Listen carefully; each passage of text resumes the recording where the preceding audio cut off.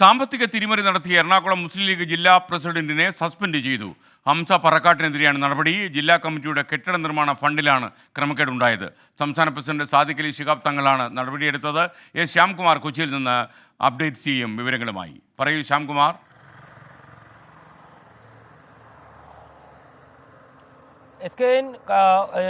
മുസ്ലിം ലീഗിന്റെ ജില്ലാ committee office നിർമ്മാണവുമായി ബന്ധപ്പെട്ട സാമ്പത്തിക തിരിമറി പരാതികൾ നേരത്തെ ഉയർന്നിരുന്നു. ഇത് അന്വേഷിക്കാൻ മുസ്ലിം ലീഗ് ഒരു കമ്മിറ്റിയെ നിയോഗിക്കുകയും ഈ കമ്മിറ്റി തിരിമറികൾ സ്ഥിരീകരിക്കുകയും ചെയ്തിരുന്നു.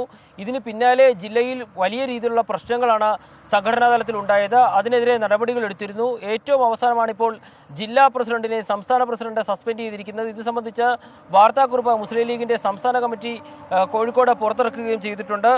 സാദിഖ് അലി ശിഹാബ് തങ്ങളാണ് സസ്പെൻഡ് ചെയ്തിരിക്കുന്നത്. സാമ്പത്തിക തിരിമറി നടത്തിയെന്ന പാർട്ടി അന്വേഷണത്തിൽ കണ്ടെത്തിയതിനെ തുടർന്നാണ് ജില്ലാ പ്രസിഡന്റായ ഹംസ പറക്കാട്ടിനെ സസ്പെൻഡ് ചെയ്തിരിക്കുന്നത്. കൂടുതൽ അച്ചടക്ക നടപടികൾ ഉണ്ടാകുമെന്നുള്ളൊരു സൂചന കൂടി വരുന്നുണ്ട്. ഇതോടെ ജില്ലയിൽ മുസ്ലിം ലീഗിനകത്തുള്ള സംഘടനാ പ്രശ്നങ്ങൾ അതീവ രൂക്ഷമായി തീരുകയാണ്. Okay, thank you Shyamkumar.